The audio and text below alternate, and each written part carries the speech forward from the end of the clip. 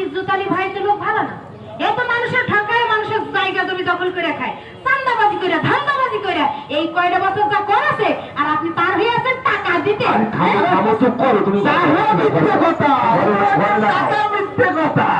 এইভাবেই মনে হয় ভুল হচ্ছে।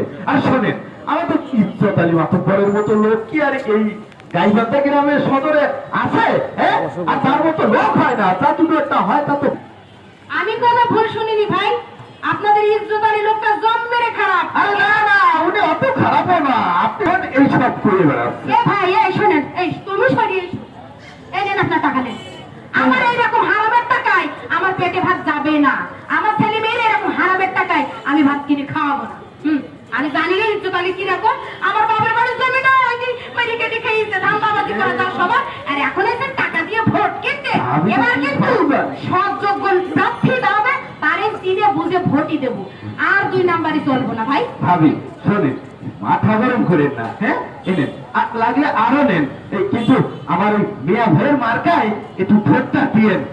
আপনার মতো এরকম সুন্দর মনের মানুষ যদি রাগ করে তাহলে মানায় কাকা কর। শোনেন ভাই,